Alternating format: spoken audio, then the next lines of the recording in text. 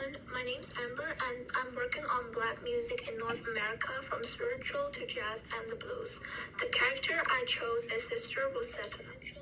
So, for part one, the introduction, who is Sister Rosetta? Today I'll be presenting about Sister Rosetta Tharpe, an American gospel and jazz musician who lived from the 1915 to 1973. She was born in Cotton Blonde, Azancrist, and Sister Rosetta was known for one of the first famous female guitarists, and she combined spiritual gospel lyrics with powerful electric guitar playing, which helped her gain huge popularity. Throughout her career, she became involved in many types of music, including rhythm and blues, jazz, and even beginning of rock and roll. Because of her major influence in these future jams, she is often known as the godmother of rock and roll. That name was given from Donson 2024, a report that emphasized the most famous female musicians in the old days. Now, for part two, about her significant music pieces. So, two of her most famous songs are Strange Things Happen Every Day, published in 1944. This record is groundbreaking because it became one of the first gospel songs to cross into the mainstream charts, influencing early rock and roll. The second song is Didn't It Rain? This song shows her powerful gospel vocals and her energetic guitar style. Many modern guitarists still study from this performance today.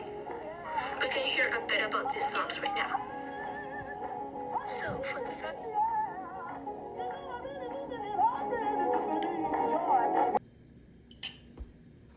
third part, let's talk about her musical peak, which is the 1940s to 1950s. It was Sister Rosetta's musical. During this time, she held several international concerts across the United Kingdom and Europe, where she became known as the Gospel Craven. Audiences are fascinated by her avant-garde and trendy mix of gospel passion with blonde electric guitar firepower. Even though there were no CDs until the 1980s, her popularity could be seen in a huge number of singles and vinyl records that she sold, ranging from 10,000 to 100,000. Also, at that time, she had a strong, unshakable status in both the gospel and R&B market. Her songs were heavily played in radio airplay throughout the 1930s to 1940s. So, for part 4, let's talk about her audience. Early years, her music was mainly spread among church communities and among Black American population, especially in the southern part of the United States. Her bold guitar style mixed with gospel lyrics create a unique pop music flavor that the young generation enjoyed. Sister Rosetta is also the first gospel performers to cross over into nightclubs and theaters, which attract both white and Black audiences. By the 1960s, after her European tour, she became an international musician known for drawing folks, blue, and early rock audience, which were fascinated by the American root music.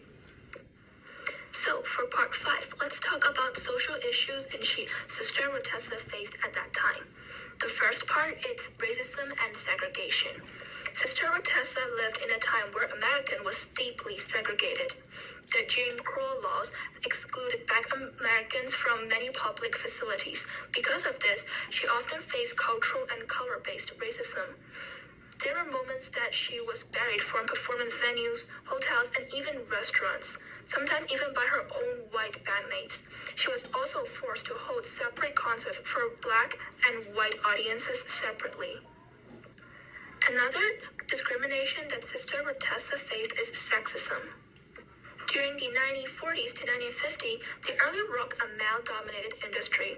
The electric guitar was seen as a masculine instrument, so her powerful playing style has often caused many misunderstandings. Some people believe her mix of holy gospel music with earthy rhythms in nightclubs was disrespectful and inappropriate for the church. Altogether, these forms of discrimination reflect gender expectations and religious conversation that many Black faced at that time. For part 6, let's connect Sister Rosetta's struggle to discrimination with the entire Black American history. Black musicians during this era faced huge barriers. Because of the Jim Crow laws, their opportunities were limited, and their contributions were often silenced or non-credited. Sister Rotessa herself received little public recognition during her lifetime because of her race, and even though she influenced the entire future of pop and rock. This pattern also appeared in other Black musicians. Standing examples will be Blind Will Johnson, who was extremely influential but remained poor and exploded. Another would be Big Mama Thornton, which faced sexism and racism by male artists. These are examples show a wider pattern of inequalities. Black Americans usually had less marketing, fewer tutoring opportunities, and less respect than the white musician time. For part 7, let's talk about how racism shaped their music.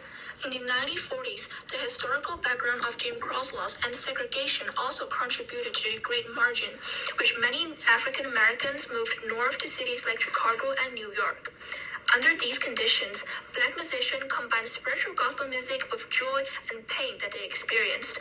Their song became the symbols of resilience and hope under oppression. For example, in the song Strange Things Happening Every Day by Sister Rosetta, the joyful tone hides in deeper messages. Lyrics such as, "On that great judgment day, strange things happened every day," reflect social changes, hope, and ongoing fight for equality.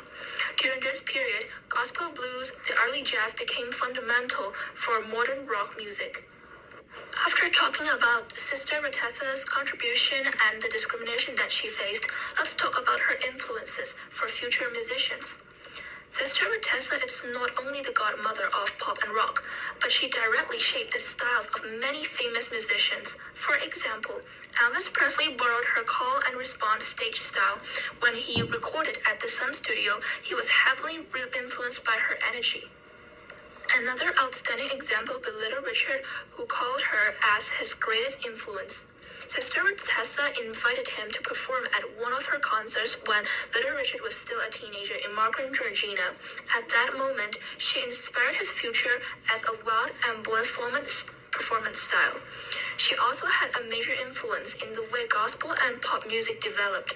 Her style of mixing electric guitar with gospel shouting style helped perform the base of modern pop and heavy rock. Icons such as Elvis Presley, Jerry Lee Lewis all credit her as a key influence. After talking about that, let's talk about her influence, especially on female musicians. Despite the sexism and discrimination that Sister Rotessa faced, her bravery and passion inspired many Black female musicians. She proved that anyone, regardless of color or gender, can stand at the center of the stage. Musicians such as Aretha Franklin and Maeve Samples inherited her blend of gospel sound. For the last part to summarize these projects, let's talk about what Sister Rotessa symbolizes as a conclusion. Through her musical journey, Sister Rotessa overcame many challenges. Even though the mainstream America in the 1940s rejected her style, she continued performing with confidence. People often question her contribution of rebellious guitar and spiritual gospel, that many doubt her talent simply because she was playing a masculine instrument.